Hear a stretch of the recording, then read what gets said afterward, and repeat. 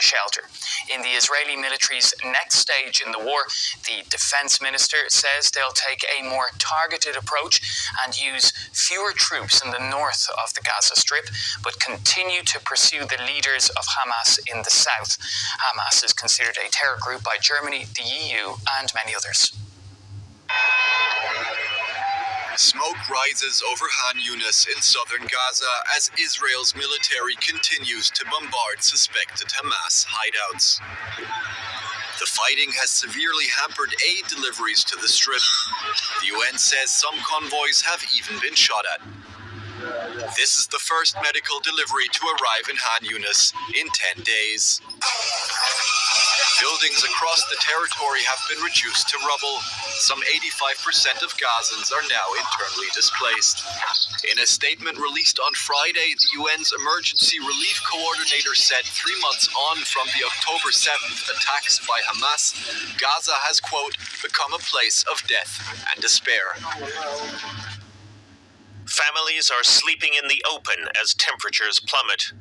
Areas where civilians were told to relocate for their safety have come under bombardment. People are facing the highest levels of food insecurity ever recorded. Famine is around the corner. Gaza has simply become uninhabitable.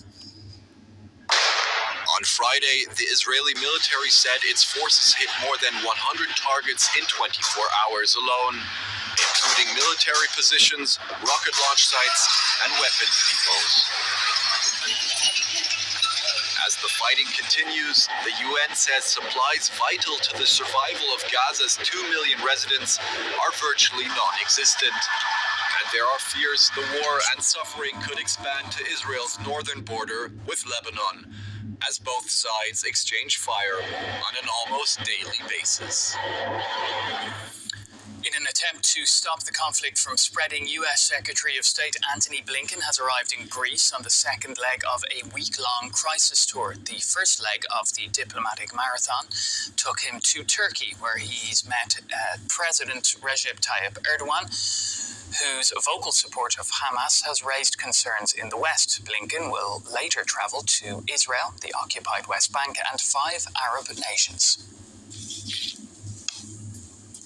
All right, well, for more on this, let's cross now to Sinan Jidi, Associate Professor of National Security Studies at the Marine Corps University in Washington, D.C. Welcome to DW.